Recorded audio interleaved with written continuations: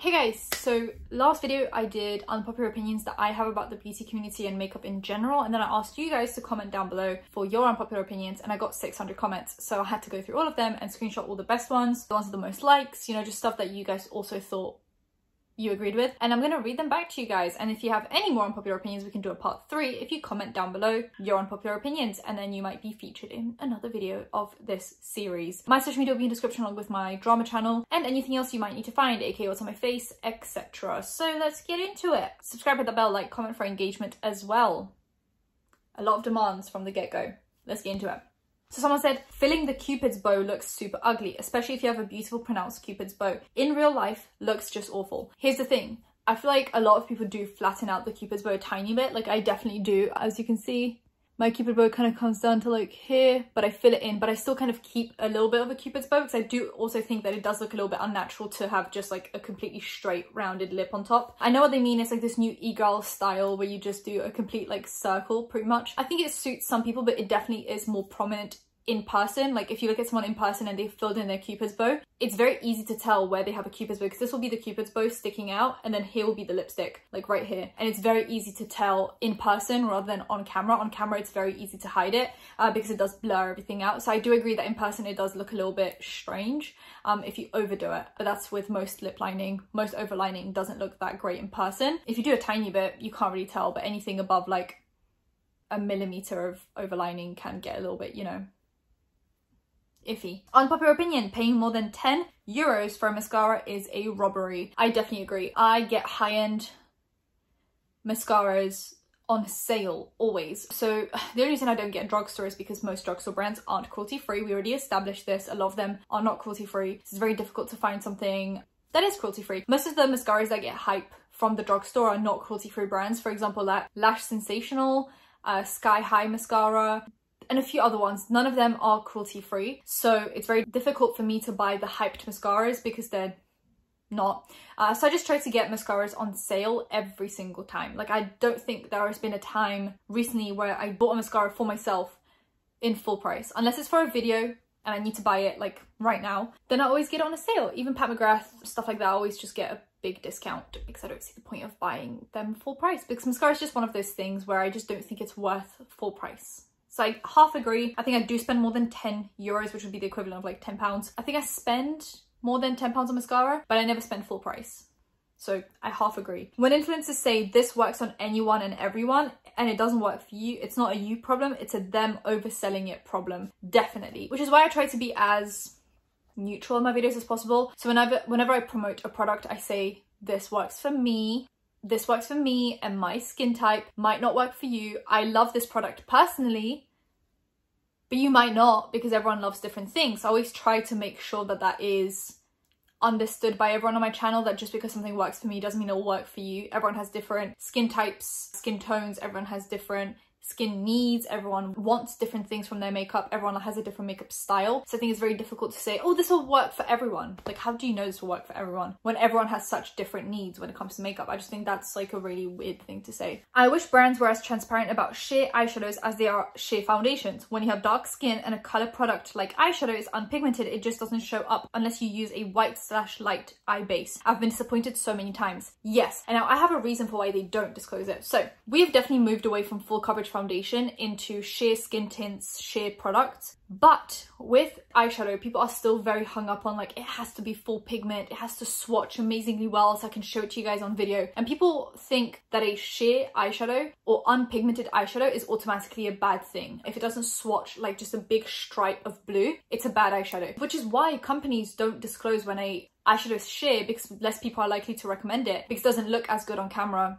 because camera washes things out. So I think if people are just more aware of different makeup styles and that not everything has to be pigmented, I feel like companies would be more upfront about like, this is a sheer eyeshadow, this is supposed to be a wash of color on the eyes, and people would then just kind of pick and choose what they want. But because there is this ongoing trend of like, eyeshadows need to be full pigment and full opacity on the first swipe, brands are less likely to say when their eyeshadows are a little, you know, more sheer, because that's not the popular thing right now. But yeah, I just hope that brands start to do that. Like I feel like with Glossier and stuff, they have those eyeshadow like liquid stuff and they call it a sheer wash, and that's exactly what it is. And you buy it and you have the expectations and you're not disappointed. But when a brand is just like, oh, here's eyeshadow, you expect it to be full pigment, and when it's not, you're like, Why didn't you tell me this was sheer? I just wish brands were more upfront, but I also wish people understood that not everything has to be full pigment, which I spoke about in my last Unpopular Opinions video.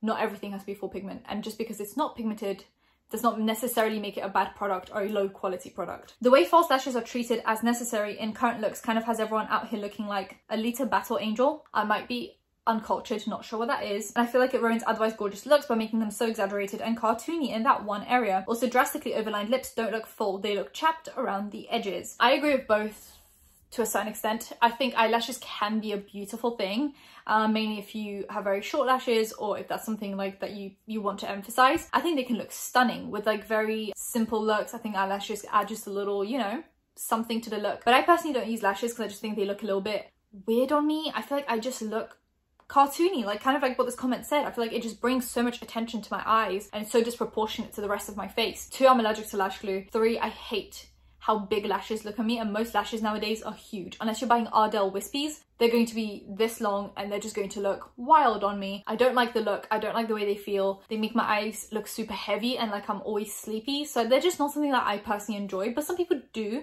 So this is an opinion that I also share. Also, overlining, I think, like I said, if you go right outside your edge of your lips, it looks amazing, but anything past that you can quite clearly tell, like here's the line of your lips and here's the lip liner, if that's a look that you don't mind rocking. All power to you. Personally, I've definitely stopped doing that because I realized how weird I looked with super overlined lips. So I just kind of do like the Cupid's bow and then that's it, and then the rest I don't overline because I think it just doesn't look that great in person. On camera it looks great to overline because you can't see the lines, you can't see the texture, but in person, mainly in sunlight, the texture just comes out and you can tell like this is where your lip ends, this is where the lip liner ends, and it just doesn't look that great. So I just think appreciate your lips, whatever size they are.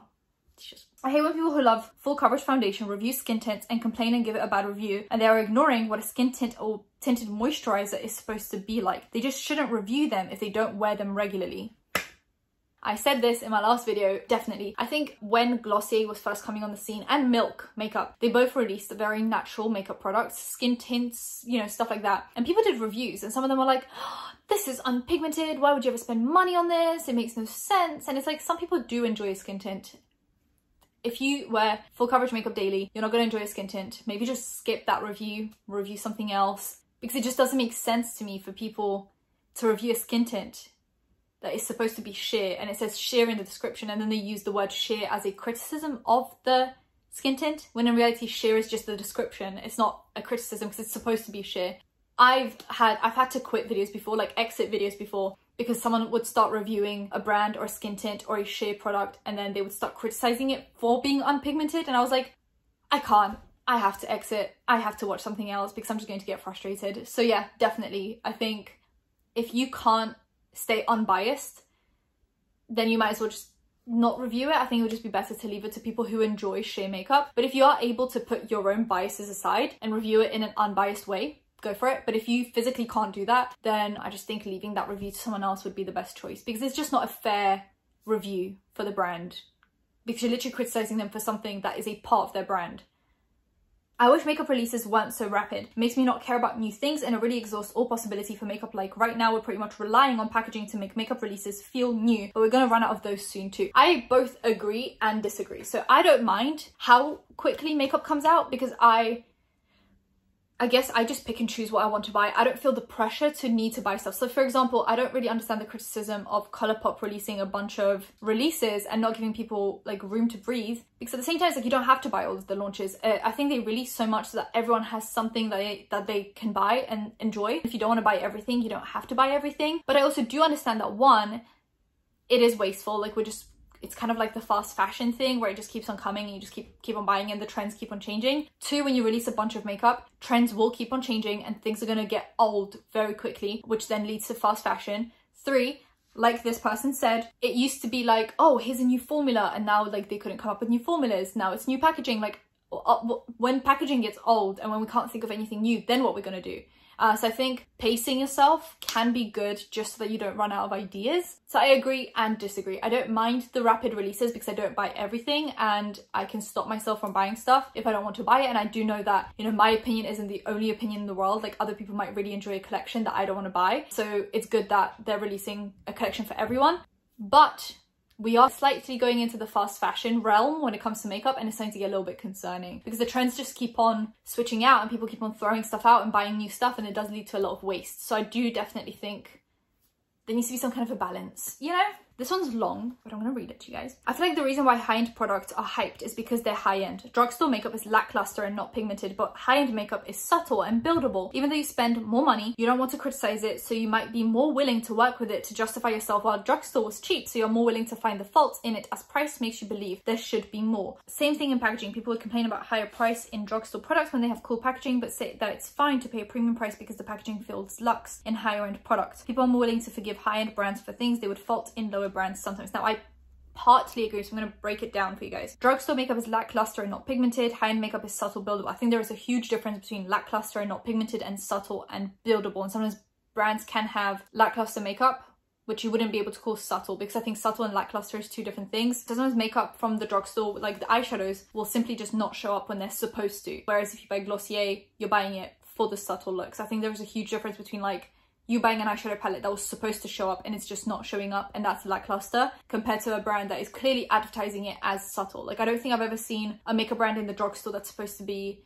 kind of like a dupe for Glossier. So they're all supposed to be pigmented makeup, and some of it's just not. So I think it just depends on the brand that people are reviewing. Two, I think with packaging, I completely disagree. I think the reason why you buy luxe makeup is because of the packaging, because the formulas are very similar. Like, there's only so much you can do with formula to justify the price. I think it is about the luxe packaging. Whereas with drugstore, why are we wasting money on packaging when you can just make it more simple and then lower the prices for people that actually want to be able to afford drugstore makeup? I think that's the point a lot of YouTubers make, is like, if you're doing drugstore makeup and you're trying to do luxe packaging and then upping the price of drugstore makeup to the point where people can't afford drugstore makeup, then maybe you should just make the packaging a little bit worse, lower the prices so people can actually afford drugstore makeup. Because at some point, drugstore makeup will get so expensive that people can't afford it, when drugstore makeup was supposed to be the affordable version for people who can't afford expensive makeup. I don't agree with the packaging part. I agree with the first part. I think a lot of the times when people spend a lot of money on makeup, they want to be like, oh my god, this is good, because you wasted so much money on it that you're like, oh my god, this has to be nice, right? And with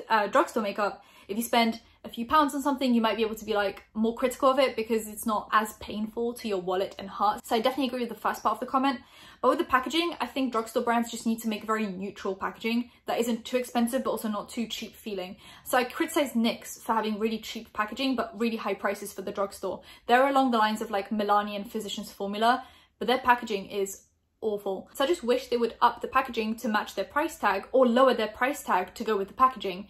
But I think some brands try to make the packaging too fancy in the drugstore. They up the prices, and then people who usually can afford drugstore can't afford it, which I think is like unnecessary, because you're a drugstore brand. You're supposed to be affordable. So I just think it just depends on the brand. But I also think some people are more willing to forgive high-end brands because they spent the money on it and they don't want to convince themselves that the makeup is not worth it because they already spent the money on it. But I feel like sometimes people are more critical of high-end brands because if you're spending that kind of money, you expect it to be that kind of quality. So I think it just depends on the person and the beauty guru.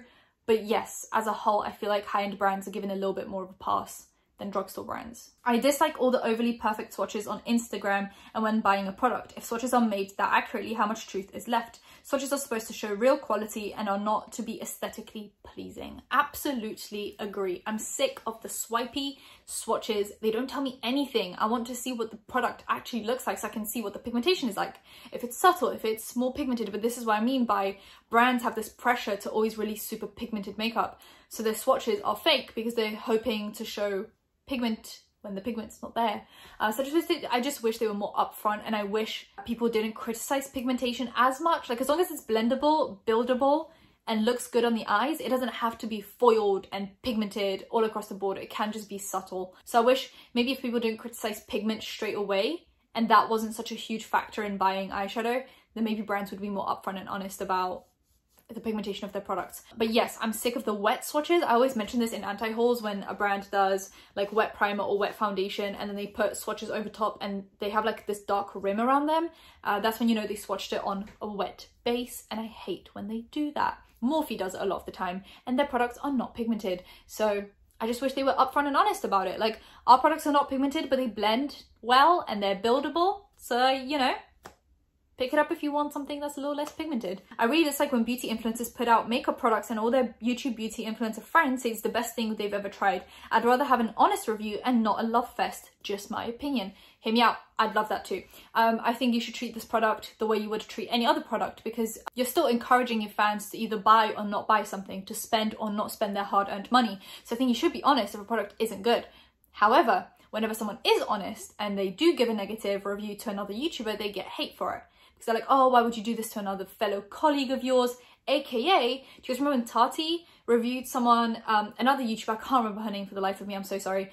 She reviewed her eyeshadow palette and said the quality wasn't good and that it didn't blend well, and the whole internet had a go at her because they were like, why would you do this to another colleague? You're ruining their sales, they're not going to sell as much makeup because of you. So it's like, people want honesty, but then when they do receive the honesty, sometimes that's not really what they want. So I think it's a slippery slope for everyone. I'd rather them just not review it, or review it and say this is a biased review because they're my friend, or just not review it and say, hey guys, here, my friend just released a palette, I'm not going to review it because I will be biased, and I don't think that's fair to you guys. I would really just appreciate that a lot more than the fake reviews. People should wear red lipstick more often, not just to special events. I have yet to see someone not look great in a red lip. Yes, I think red lipstick is one of those things where you have to get used to wearing it. I'm definitely not used to it. When I wear it, I can I feel weird. I feel like everyone's looking at me, but I really did enjoy wearing the red lipstick last time. It made me feel really pretty, so maybe I'll try to wear it more often. But it definitely is a bit of a statement, and I feel like a lot of people are just like, oh, I don't want to draw attention to myself. But yeah, I don't think I've ever seen someone look bad in a red lipstick. I think it goes with everyone. Blonde, black hair, brown hair, ginger hair, like everything in between. I think red just looks really good. So I think more people should be wearing red lipstick and making a statement in the world. Last one. I hate when influencers do looks with K-beauty products and then try to create the looks they normally do instead of trying out different makeup styles used for it, and then say the makeup isn't pigmented enough. I'm glad that we're all on the same page here with the whole pigmentation stuff. Like, that's not a criticism. As long as it blends and builds, you're fine. Yes, I've seen so many people review K-beauty and then just do like full coverage makeup and try to like bake. I'm like, no, that's not what K-beauty is. Let's do lightly, let's do ombre lips, let's try different techniques. Like, why don't you, when you buy K-beauty, watch some Korean YouTubers do their makeup so you can try to emulate that look, rather than trying to do American makeup with Korean beauty. Makes no sense to me. How about we just watch what they do and then try to do that so we can like experience a different look instead of trying to make their products fit our standards. Once again, it's like, if you're not willing to slightly change your technique or be a little bit unbiased, then just don't review it at all. Because I just then think it's an unfair review, right? It's a little bit like a pointless review, not very helpful, because you're just not using the products the way they were intended to be used, and it doesn't help anyone, and actually gives the brand an unnecessarily negative review, when if someone else had tried that makeup, they would have really enjoyed it, but now they're not going to buy it because they think it's bad makeup, when in reality it's not bad makeup, it just doesn't really go with the look that that YouTuber usually does.